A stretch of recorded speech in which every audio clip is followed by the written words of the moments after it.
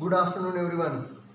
So, we start with today's lecture, that is second lecture of wireless communication. So, for going further, we are taking previous lecture some points, that is introduction, prerequisite, what is communication system, wired communication, wireless communication, then what is mean by electromagnetic waves, and afterwards this is the one of the basic picture of your wireless communication. This is the wireless communication devices. This is GSM mobile phone. This is RF. This is GPS. This is Bluetooth. This is infrared. This is Wi-Fi and RFID. In today's era, everyone has with all devices with you. आज देखो आपके पास ये सभी devices आपके पास मिलेंगे. ये सभी devices के साथ आप खेल रहे हो, आप उसके साथ ही कम्युनिकेट कर रहे हो. और आज मेरा लेक्चर भी आप जो सुन रहे हो ये due to the mobile network. So this is some of the devices of wireless communication. So we start with, first of all, start with where wireless communication comes from. That is evaluation of wireless communication. One of the important points, that how comes wireless communication into picture. If the wired communication is present, previously telephone थे, तो wireless communication कैसे आया, तो उसकी history हमको देखनी है. तो नेक्स्ट टॉपिक हम देखेंगे evaluation of mobile communication. Evaluation of mobile communication, that first in 1949 AT&T commercial mobile telephone service. From its start in 1946, AT&T introduced mobile telephone service to one of the 100 towns and highway corridors by 1948. And this is one of the evaluation in 1949. In 1948, all highways and corridors or services introduced mobile telephone. Next one, AMTS. AMTS, AT&T introduced the first major improvement to mobile telephone in 1965. Give the improved service to obvious name of Improved Mobile Telephone Service, IMTS. Prior to 1973, mobile telephone was limited to phones installed in cars and other devices. यहाँ पे देखो ये सबसे basic point है कि 1973 के पहले ना ये जो वायरलेस कम्युनिकेशन था, ये मोबाइल डिवाइसेस थे, वो एक तो कार में इंस्टॉल इन कार और अदर व्हीकल इसमें ही प्रेजेंट रहते थे. कोई हाथ में लेके नहीं घूम सकता था. Is one of the major of wireless communication in 1993 up to 1993. But in 1993, look at this, Motorola was the first company to produce the handheld mobile phone. On April 3, 1973, Martin Cooper, a Motorola researcher and executive, made the first mobile telephone call from handheld subscriber equipment, placing a call to Dr. Joel Eger of Bell Lab, his river. Okay, so देखो यहाँ पे 3 अप्रैल को invent हुआ. जो mobile phone आप इस्तेमाल करते ना, तो उसका फर्स्ट वर्जन जो था वो मोटोरोला ने इन्वेंट किया. मोटोरोला ने इन्वेंट किया 1973 में. फर्स्ट कॉल हुआ अप्रैल 3 को. Prototype handle phone use by doctor Cooper, weight 1.1 kilogram. यहाँ पे देखो कितने किलोग्राम का वेटेज था उसका, 1.1. अभी का आपका मोबाइल देखो कितने वेटेज का रहता है, और उस टाइम का मोबाइल देखो कितने वेट का था, 1.1 kilogram. And measure 23 by 13 by 4.5 centimeters. उसकी लेंथ देखो कितनी थी, 4.5 centimeters. The prototype offer a talk time of just 30 minutes. सिर्फ 30 मिनट्स का talk time था, and took 10 hours to recharge. यहाँ पे देखो सबसे important part, first mobile phone के ये फीचर्स थे. अभी आजकल अगर आपको बोला जाए कि 30 मिनट का टॉक टाइम होगा सिर्फ मोबाइल को, बाद में स्विच ऑफ हो जाएगा, आप वो मोबाइल लोगे ही नहीं। नेक्स्ट आप बोलोगे कि 10 आवर्स अगर लगने वाले हैं रिचार्ज मोबाइल चार्जिंग के लिए, तो आप लोगे ही नहीं। But this is the invention of mobile phone, और उसका 1 किलोग्राम इतना वेट था। ये पॉइंट्स ध्यान में रखो, ये फीचर्स फर्स्ट मोबाइल फोन के थे। अभी नेक्स्ट पार्ट में, नेक्स्ट पीपीटी में हम देखेंगे वो एक्चुअल में कैसे दिखता था, how it look like mobile. So before that, evaluation of mobile communication, one of the basic topic of major mobile radio systems. यहाँ पे what is my mobile radio systems, कि किस मॉड्यूलेशन के ऊपर आपका मोबाइल फोन वर्क होता है, किस modulation, which modulation technique your mobile phone work. जैसे कि अभी देखो 1934 police radio use conventional am mobile communication am. Next, 1935, Edwin Armstrong demonstrated FM frequency modulation. In 1946, first public mobile service push to talk is come. In 96, improved mobile telephone service, that is IMTS, full duplex communication is come into picture. In 1906, Bell Lab introduced the concept of cellular mobile system, one of the basic, and अभी भी आप सब लोग वही इस्तेमाल करते हैं, cellular mobile system. ये हम देखने वाले यूनिट नंबर 2 में आएगा आपके लिए, mobile cellular mobile system. So next one, 1968 AT&T proposed the concept of cellular mobile system to FCC. In 1976, Bell mobile phone service poor service due to call backlog. In 1983, advanced mobile phone system AMPS, FDMA and FM। ये जो AMPS, FDMA, FM, TDMA, GMS की ये क्या modulation technique है, मतलब कि आपका wave जो है, आपकी जो रेडियो वेव्स है वो किस फ्रीक्वेंसी से ट्रांसफर होगी एक जगह से दूसरी जगह पे, ये टाइप्स है मॉड्यूलेशन के। So in 1983, advanced mobile phone system AMPS, that is work on FDMA and FM. In 1991, look at this. In 1991, global system for mobile GSM. आप बोलते हो जैसे सब लोग बोलते हैं मेरा GSM कार्ड किधर गया, मेरा GSM कार्ड किधर है, तो ये what is full form of GSM, global system for mobile. And India में ये global system for mobile use होता है, GSM आर्किटेक्चर यूज होता है इंडिया में। ओके, सो अभी जो भी आप मोबाइल फोन यूज कर रहे हैं उसका जो भी कम्युनिकेशन है, ये कम्युनिकेशन के लिए कौन सा आर्किटेक्चर यूज होता है, GSM आर्किटेक्चर। ये भी हम देखेंगे यूनिट नंबर 4 में, ये पार्ट आएगा GSM आर्किटेक्चर। और ये TDMA, GMSK के ऊपर मॉड्यूलेशन के ऊपर चलता है। इसके बाद 1991 में इन्वेंट हुआ US digital telephone, USDC IS-54, TDMA and DJPSK। And 1993 IS-95, CDMA, QPSK and BPSK, इसके ऊपर चलने वाला। So it is the evaluation of mobile communication.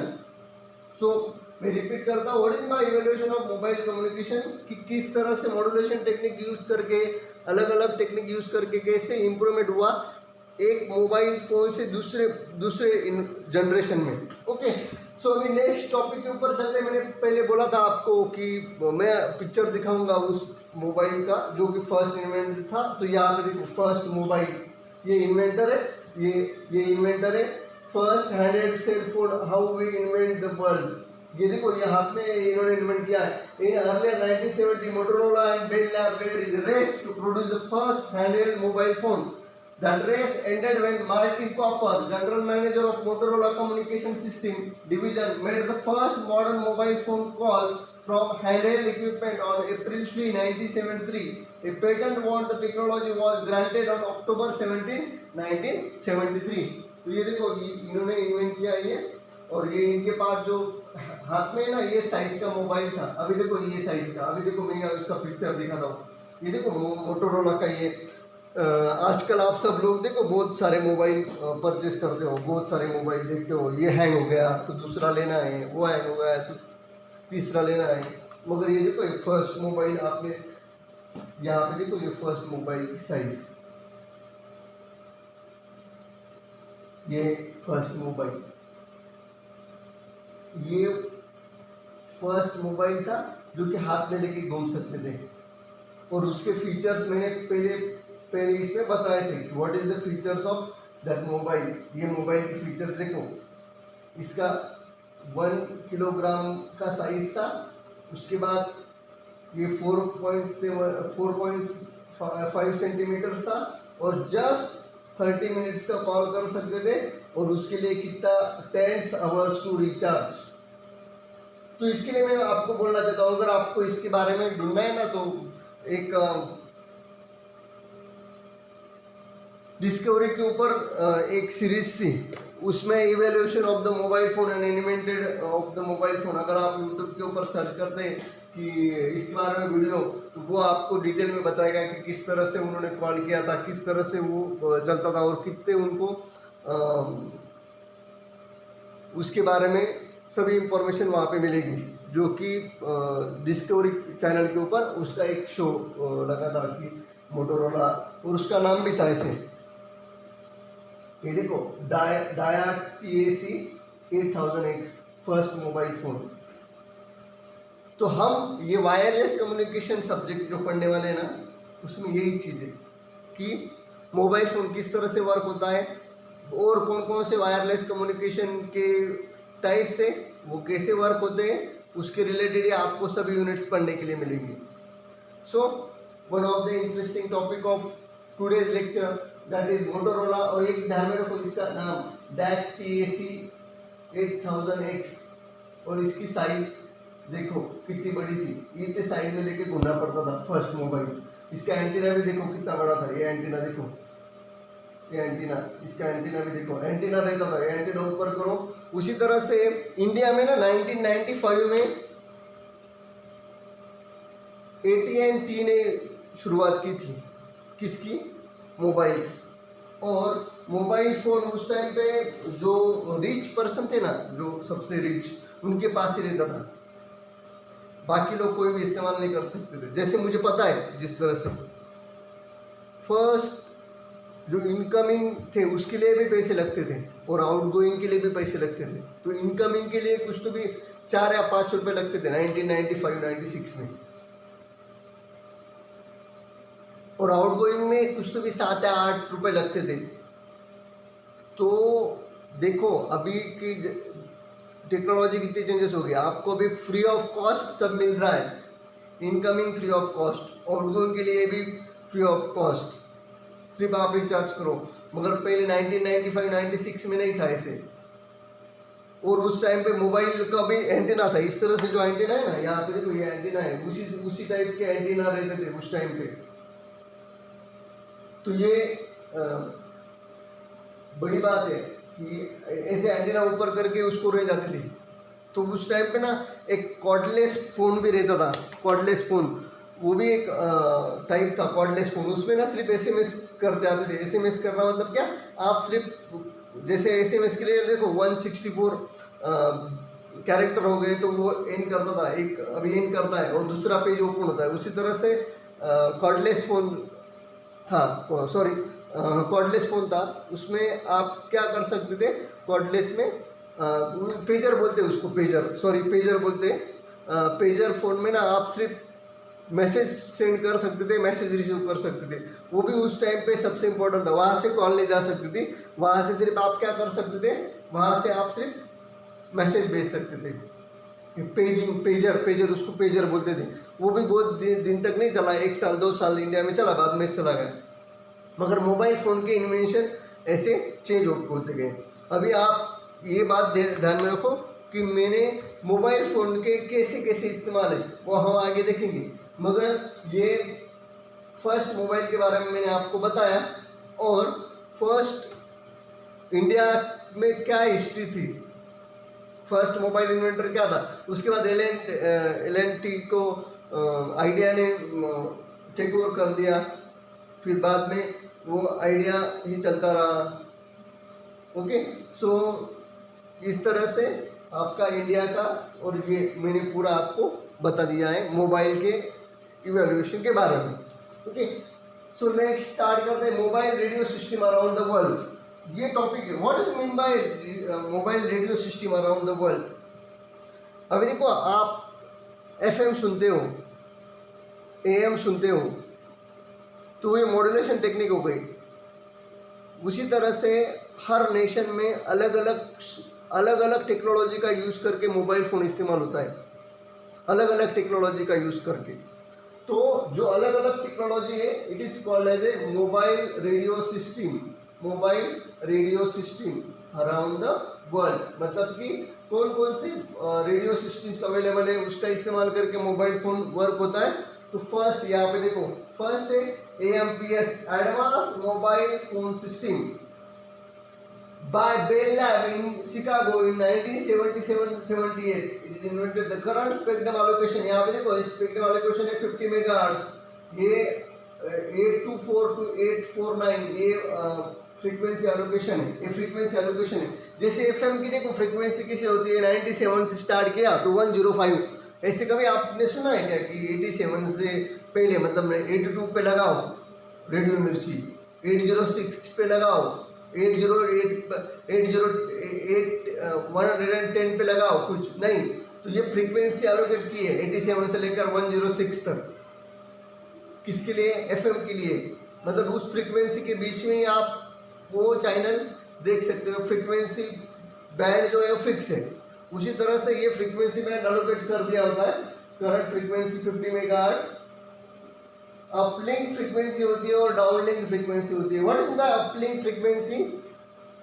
Mobile phone से आपके टावर पे जो रिफ्लेक्ट होके फ्रीक्वेंसी, मतलब आपका सिग्नल जाता है, it is called as a uplink frequency. What is by downlink? Downlink frequency, downlink frequency means आपके टावर से आपके मोबाइल तक जो आता है, it is called as a downlink frequency. तो उसका भी स्पेक्ट्रम होता है 804 to 809 uplink and 869 to 894 megahertz downlink in USA. उसके बाद call is analog cellular system use FM, analog cellular system, analog system first FM use करते थे। उसके बाद and narrow band AMPS means narrow band advance mobile phone system, first introduce in 1992, ये introduce हुआ 1992 में। 10 kilowatt channel standardization by telecommunication industry association of USA. उसका frequency band देखो 824 to 894 megahertz frequency band, also called North American TDMA और North American AMPS। इसके बाद next IS-95 standard, ये भी एक इम्पोर्टेंट है। IS-95 CDMA technology standardization in USA by TAC and IS-95 first adopted in 1993। ये कब अडॉप्ट हुआ? 1993 में। चाइना बैंडविड्थ 1.22 मेगाहर्ट्ज, तो यहाँ पे देखो 120 to 190 megahertz and frequency band 2 kilo 1.8 to 2 kilohertz frequency band.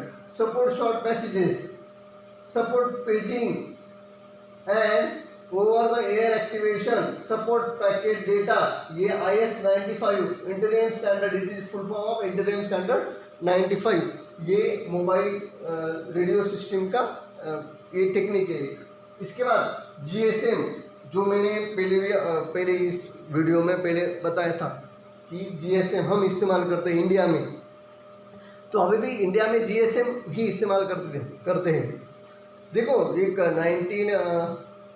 मुझे लगता है 2004 या 2005 में टाटा डोकोमो करके आया था और उन्होंने CDMA फ़ोन लॉन्च किया था। उसमें ना कार्ड नहीं थे, तो वो CDMA फ़ोन थे। तो उस टाइम पे CDMA भी GSM जैसे होता है ना, GSM टेक्निक, उसी तरह से CDMA भी टेक्निक थी।